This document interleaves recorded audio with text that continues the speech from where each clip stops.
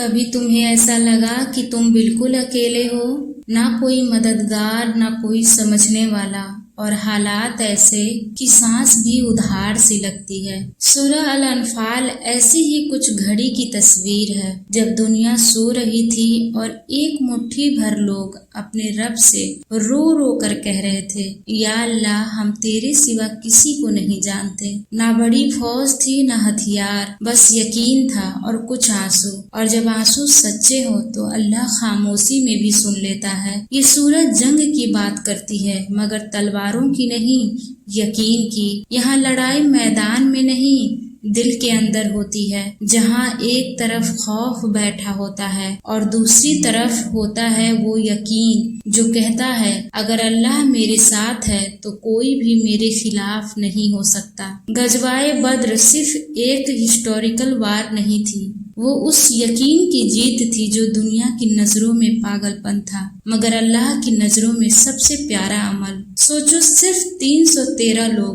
جن میں سے کچھ کے پاس جوتے نہیں، کچھ کے پاس گھوڑے نہیں، کچھ کا بدن زخمی مگر دل سچا، اور دوسری طرف 1000 سے زیادہ کا تگڑا لشکر، ہر ہتھیار سے لیس۔ اگر دنیا ہوتی تو کہتی یہ نہ سمجھی ہے، مگر جب اللہ ہوتا تو کہتا یہ میرا لشکر ہے۔ جب تم نے اپنے رب سے فریاد کی، اللہ نے نہیں کہا کہ جب تمہیں اسٹریٹجی بنائی یا جب تم نے ویپنز جمع کیے، جب تم نے رو کر ٹوٹی آواز میں حوصلہ ہار کر صرف مجھے پکارا تو میں نے تمہاری سن لی۔ وہ فریادیں، وہ فرشتے جو نظر نہیں آتے مگر نیت کی سچائی پر آسمان سے زمین تک اترتے ہیں۔ کبھی کبھی ہماری زنگ میں بھی ایسے ہی فرشتے آتے ہیں جب ہم ٹوٹے رہے ہوتے ہیں، اور اچانک کوئی لمحہ، کوئی لفظ، کوئی بند دروازہ راستہ بن جاتا ہے۔ سورہ الانفال ہمیں یاد دلاتی ہے کہ لڑائی باہر سے نہیں، اندر سے شروع ہوتی ہے۔ تمہیں کیا لگتا ہے وہ 313 لوگ صرف دشمن سے لڑ رہے تھے؟ نہیں، وہ خود سے لڑ رہے تھے، ڈر سے، بھوک سے، موت کے خوف سے، اور سب سے بڑھ کر اس آواز سے جو بار بار کہتی تھی تم ہار جاؤ گے، مگر انہوں نے اس آواز کو دبا دیا کیونکہ ان کے دل میں ایک اور آواز تھی، رب میرے ساتھ ہے۔ اور آج بھی تمہاری زندگی میں وہی زنگ ہے، تمہارے حالات، تمہارے خواب، تمہارے غم سب ایک جنگ بن چکے ہیں۔ کبھی پیسے کی تنگی، کبھی رشتوں کی دوری، کبھی اپنے پن کی کمی، اور کبھی وہ خاموشی جو روح کو کھا جاتی ہے۔ مگر سورہ الانفال ہمیں یہ سکھاتی ہے کہ اگر یقین باقی ہے، اگر دل ابھی بھی اللہ کا نام لیتا ہے تو جیت صرف ممکن نہیں، طے ہے۔ اللہ کہتا ہے میں اس کے ساتھ ہوں جو میرے لیے اٹھتے ہیں، میرے لیے روتے ہیں اور میرے نام پر لڑتے ہیں۔ اپنے اندر کی جنگ بھی اور باہر کی بھی۔ اس سورہ میں ایک اور گہرائی چھپی ہوئی ہے۔ وہ لوگ جو بولے ہم بھی ساتھ ہیں مگر جب وقت آیا تو پلٹ گئے، اور وہ جنہوں نے ایک لفظ نہیں کہا مگر آخری سانس تک ڈٹے رہے۔ آج بھی تمہاری زندگی میں 2 طرح کے لوگ ہوں گے، کچھ جو صرف خوشیوں میں ساتھ رہیں گے اور کچھ جو مشکل میں بھی تمہارا نام نہیں چھوڑیں گے۔ اللہ ان دونوں کو دیکھ رہا ہوتا ہے تاکہ وہ بتا سکے کون میرے بندے ہیں اور کون بس دنیا کے ساتھی ہیں۔ کبھی تم نے اپنی زندگی میں ایسا وقت دیکھا ہے جب سچائی بولنا سب سے بڑا خطرہ بن جائے، جب دل گواہی دے کہ یہ صحیح ہے مگر دنیا کہے چپ رہو ورنہ سب کچھ کھو دو گے؟ سورہ الانفال اسی سچائی کی تصویر ہے جہاں حق بولنے کی قیمت جان سے بھی زیادہ تھی مگر پھر بھی کچھ لوگ بولے ہر کسی اور کے لیے نہیں، ہم کسی اور کے لیے نہیں، صرف اللہ کے لیے کھڑے ہیں۔ اس سورہ میں اللہ نے بتایا کہ ہر جنگ صرف تلواروں کی نہیں ہوتی، کچھ جنگ انصاف کی ہوتی ہے، کچھ نیت کی، کچھ اس وقت کی جب تمہارے اپنے ہی پیچھے ہٹ جاتے ہیں اور تم پھر بھی ٹکے رہتے ہو کیونکہ تمہیں معلوم ہے یہ لڑائی صرف میری نہیں، یہ میرے رب کی راہ ہے۔ جب تم کم تھے مگر دل میں اللہ تھا، وہ فرشتے اترتے تھے زمین پر نہیں، تمہارے سینے میں، تمہارے حوصلے میں، تمہاری آواز میں۔ اللہ نے ایک اور حقیقت بیان کی ہے کہ جو لوگ جنگ کے وقت پیچھے رہ گئے وہ حق کے وقت خاموش رہے، وہ اسلام کی جنگ کا حصہ نہیں تھے کیونکہ اللہ ساتھ انہی کا دیتا ہے جو حق کے لیے اپنا سب کچھ قربان کر دے۔ آج تم اپنے اندر جھانکو، کیا تم بھی کسی ایسی جنگ سے گزر رہے ہو جہاں لوگ تمہیں سمجھتے نہیں، تمہارے خوابوں کا مذاق بناتے ہیں، تمہارے ارادوں کو توڑنے کی کوشش کرتے ہیں؟ تب یاد رکھنا بدر کی وہ رات جب 313 لوگوں نے صرف یقین کی مشال جلا کر اندھیرے کو مات دی تھی۔ اللہ نے اس صورت میں ایک اور بات کہی، جو لوگ گمان کرتے ہیں کہ اللہ ان کی مدد کرے گا مگر جب وقت آتا ہے تو وہ پلٹ جاتے ہیں، وہ منافق ہیں، اور جو اندر سے ٹوٹا ہوتا ہے مگر دل بھی اپنے رب کی طرف جھکتا ہے وہ مومن ہے۔ یہی جنگ آج بھی ہر انسان کے اندر ہے۔ ایک طرف وہ دل جو ڈرتا ہے، کہتا ہے چھوڑ دو سب کچھ، کیا فائدہ، کیوں تکلیف سہنا، اور دوسری طرف وہ روح جو کہتی ہے اگر اللہ دیکھ رہا ہے تو صبر کرو، تمہارا ہر آنسو لکھا جا رہا ہے۔ اس سورہ میں وہ بھی بتایا گیا ہے کہ جب تم اللہ کی راہ میں ہوتے ہو تو تمہیں انعام بھی ملے گا، مگر سب سے بڑا انعام یہ نہیں کہ تمہیں جیت ملے بلکہ یہ کہ تمہارا رب تمہیں اپنی کتاب میں ذکر کرے، جیسے ان 313 کا ذکر جن کا نام ہم نہیں جانتے مگر ان کا عمل آج تک زندہ ہے۔ شاید تمہاری جنگ میں بھی تمہیں کوئی پہچان نہ دے، لوگ تمہاری تعریف نہ کریں، مگر اگر اللہ تمہیں دیکھ رہا ہے وہ تو سمجھو تم بدر والوں میں سے ہو۔ تم نے کبھی کسی لمحے کو اتنی شدت سے محسوس کیا ہے کہ وقت تھم جائے اور صرف ایک ہی سوال دل میں گونجے، کیا میرا رب میرے ساتھ ہے؟